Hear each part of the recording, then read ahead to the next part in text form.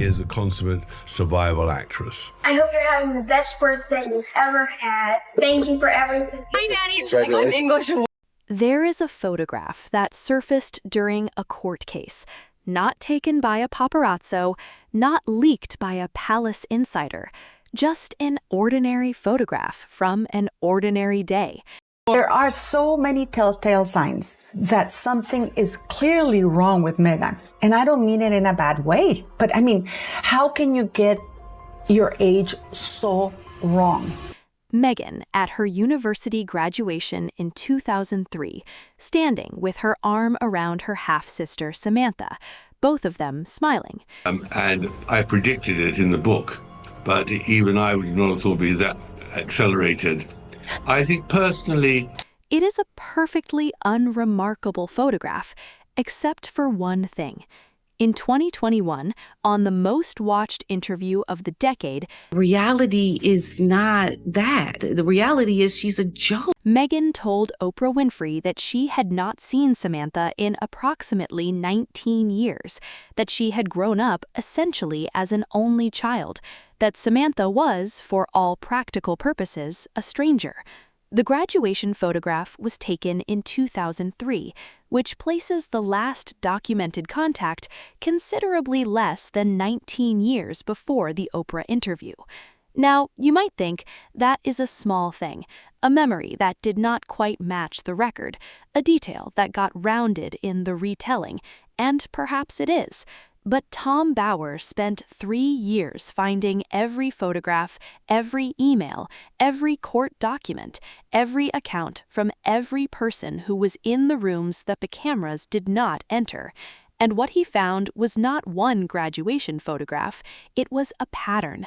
And that pattern, documented, sourced, and now published in a book that became a bestseller the moment Meghan's own spokesperson called it deranged conspiracy and melodrama, is what we are going to go through today, carefully, fairly, with every piece of evidence examined honestly.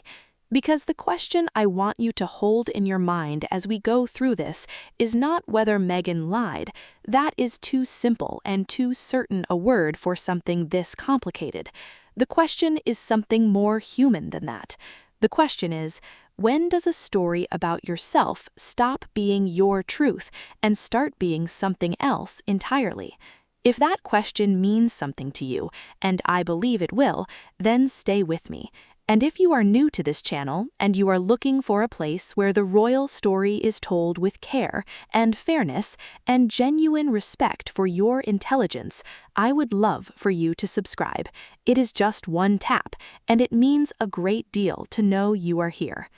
Let me start with Tom Bower himself, because before we go through what he found, you need to understand who he is and how he works, because that context shapes everything. Tom Bower is not a tabloid journalist. He is not someone who writes for the gossip pages or specializes in royal tittle-tattle. He is one of Britain's most experienced investigative biographers. He has written more than 20 books about prime ministers, about business tycoons, about media moguls, about some of the most powerful people in the world. His method, which he describes openly and without embarrassment, is what he calls finding the victims. He talks to the people who were on the wrong side of whoever he is writing about. He builds his portrait from their testimony. That method has serious critics, and I want to name them honestly before we go any further. A biography built on the accounts of the aggrieved will always lean in a particular direction.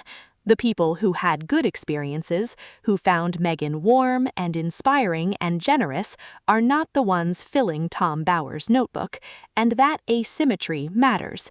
It should shape how we read everything that follows. But here's what makes Bower different from the average hostile source. His new book, Betrayal, was serialized in The Times of London before it was published. That means the claims were read, reviewed, and approved for publication by journalists and editors at one of Britain's most respected broadsheets, people who understood the legal risk of putting false statements about a living person into print. people who would not have published it if they did not believe it could withstand scrutiny. And this is the part that most people missed. When Harry and Meghan's spokesperson called the book deranged conspiracy and melodrama, they did not deny specific claims. They attacked the man. They questioned his motivations. They characterized the work as a whole without engaging with a single named allegation in detail. In the careful language of public relations, what is not denied is often as significant as what is. So let us go through what Tom Bower actually says, and let us start not with the most explosive claim, but with the one that I think tells you the most about the pattern he is describing. The graduation photograph is one example, but it sits inside a much larger collection of moments where what Meghan has said about herself does not quite match what the documentary record shows. The dish soap letter. Meghan has told this story throughout her adult life, and it has become one of the foundation stones of her public identity. At 11 years old, she said, she watched a television advertisement for washing up liquid that said women all over America were fighting greasy pots and pans. She was offended. She wrote letters to the manufacturer, to Hillary Clinton, to her local news station, and the advertisement changed. The word women became people. It is a compelling story. A little girl who changed something because she had the courage to speak up, and it became, in the telling and retelling, evidence that Meghan had always been an advocate, that her voice had always mattered. But here is where things take an unexpected turn. When Vanity Fair's fact-checkers looked into the story before her 2017 cover profile, they could not confirm the full account. Her own father, Thomas Markle, said the letter was part of the school class project, not a solo act of activism, a homework assignment. The advertisement did change, that part appears to be true, but the version of the story as Meghan tells it, the lone 11-year-old changing corporate America through her own conviction, appears to have grown considerably in the retelling. Does that make her a liar? I want to be very careful about that word, because there is a difference between lying and mythologizing, between deliberate deception and the very human tendency to remember our own stories in the most flattering light.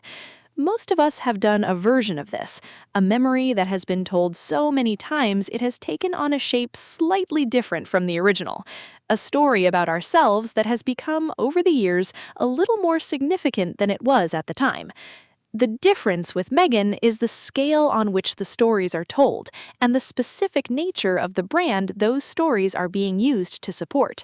Because the dish soap letter is not just a charming childhood anecdote, it is the foundation of the activist identity that underpins everything Meghan has built since 2018. It is the story that says, I have always been this person. I have always cared. I have always spoken up.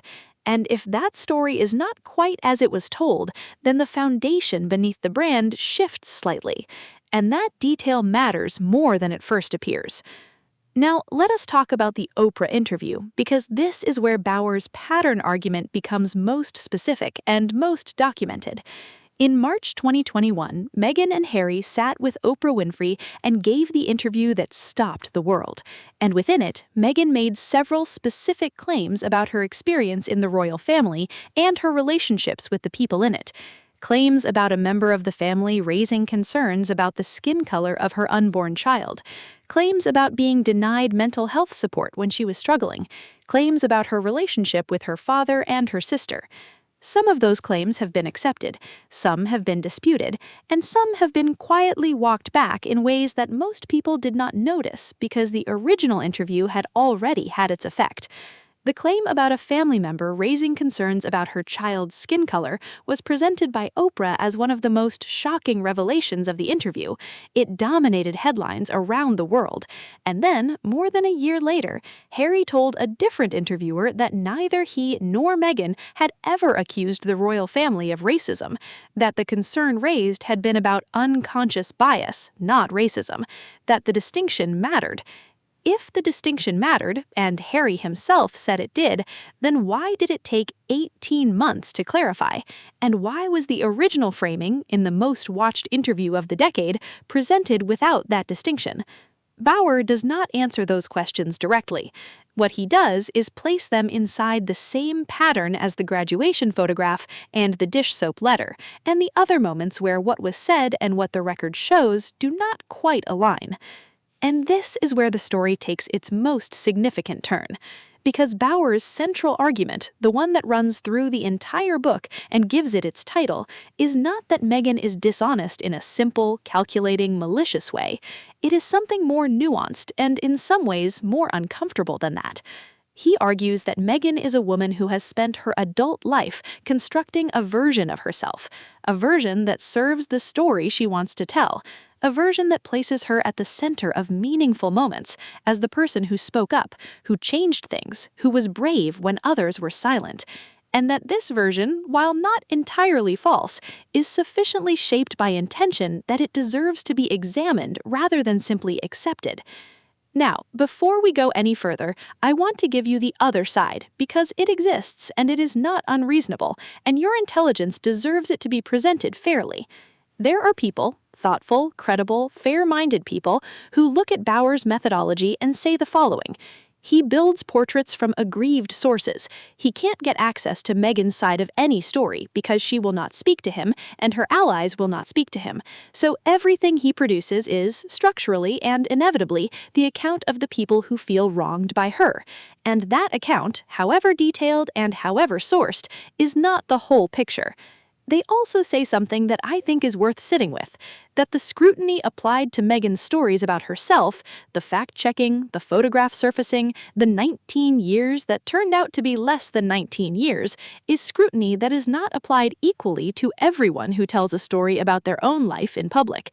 And the eagerness to find the discrepancies, to locate the moments where the memory does not quite match the record, tells you something about the cultural appetite for a certain kind of story about this particular woman.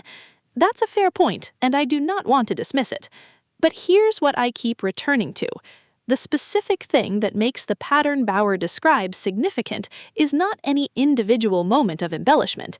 It is the commercial context in which those embellishments occur. Most of us have told a story about ourselves that was slightly more impressive than the reality. Most of us have remembered a moment in a way that placed us in a better light. That's human. That's universal. That's what memories do when they are told often enough. But most of us have not built a brand worth tens of millions of dollars on those stories. Most of us have not used those stories to sell Netflix deals and Spotify partnerships and wellness retreats and jam jars and AI fashion platforms.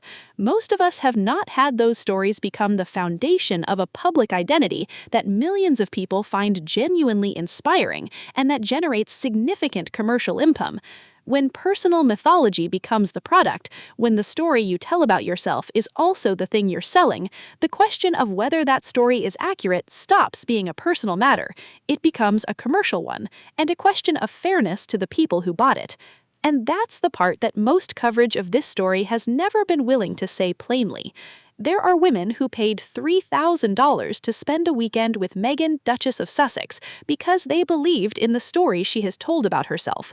The activist, the woman who spoke up at 11 years old, the woman who walked away from one of the most powerful institutions in the world because she refused to be diminished, the woman who was building something real on her own terms. Some of those women came away from the weekend feeling inspired, feeling that the person they had paid to be near was genuine, feeling that the story was true. And some of them, sources suggest carefully, came away feeling that the gap between the story and the reality was wider than the ticket price had prepared them for. Now, let us come back to the question I asked at the beginning, the one I promised we would return to. When does a story about yourself stop being your truth and start being something else entirely? I've been sitting with that question for the entire time we've been going through this, and I want to tell you honestly that I do not have a clean answer, because the most honest thing I can say about Meghan Markle after reading Bauer's book and going through the evidence carefully is this: She is not the person her critics want her to be. She's not the calculating, cynical, deliberately deceptive villain that the most hostile coverage presents. She's a woman who grew up without the kind of stability that builds an uncomplicated relationship with the truth about yourself, who learned early that the world responded better to certain versions of her story than to others, who discovered, slowly and then all at once, that the version of herself she had been building attracted love and attention and commercial opportunity in ways that the unvarnished version never had, and who perhaps at some point stopped being entirely sure where the story ended and the person began. That's not a crime. That's not even unusual. That is, in some form, the experience of almost every person who has ever reinvented themselves, who has ever decided that the life they were born into was not the only life available to them. But when the reinvention is built at scale, sold at scale, and scrutinized by Tom Bauer and his notebooks full of victims, the seams start to show, and the seams are what we have been looking at today. Tom Bauer's book is called Betrayal, and I want to close by asking you to consider who that word is directed at, because I think it is directed at more than one person in this story. It is directed at the royal family, perhaps, at the institution Bauer believes Harry and Meghan damaged. It is directed at the people who worked for them and found the experience traumatic. It is directed at the staff of Sentabale, whose charity was damaged by the brand it was associated with. But perhaps, and this is the reading that stays with me, it is directed at something closer to home, at the story itself, at the gap between what was promised and what was delivered, between the brand and the person, between the dish soap letter and the school assignment, between 19 years and the graduation photograph, between the story that was sold and the story that was true. I would genuinely love to know your thoughts, whether you find Bauer's account convincing or whether you feel it tells only part of the story, whether the pattern he describes feels real to you or whether it feels like the product of a particular kind of hostility. Leave a comment below. Tell me honestly, because the conversations on this channel are among the most thoughtful I encounter anywhere, and that is entirely because of you.